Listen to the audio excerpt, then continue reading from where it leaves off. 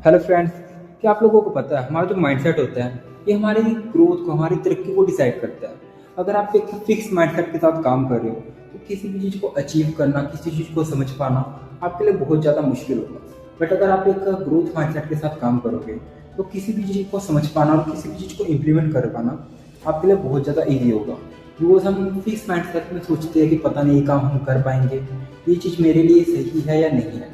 But अगर आप एक ग्रोथ माइंडसेट के साथ काम करोगे तो किसी भी चीज़ को समझना, किसी चीज़ को सीखना आपके लिए बहुत ज़्यादा आसान है। एंड अगर आप किसी चीज़ को बहुत आसानी से समझ जाते हो, सीख लेते हो, तो उस चीज़ के ऊपर काम करना आपके लिए बहुत ज़्यादा ईजी हो जाता है। एंड फिक्स माइंडसेट के साथ हम कोई भी गोल अचीव नहीं कर पाएंगे, बट एक ग्रोथ माइंडसेट में हम अपने सारे गोल्स को अचीव कर सकते हैं।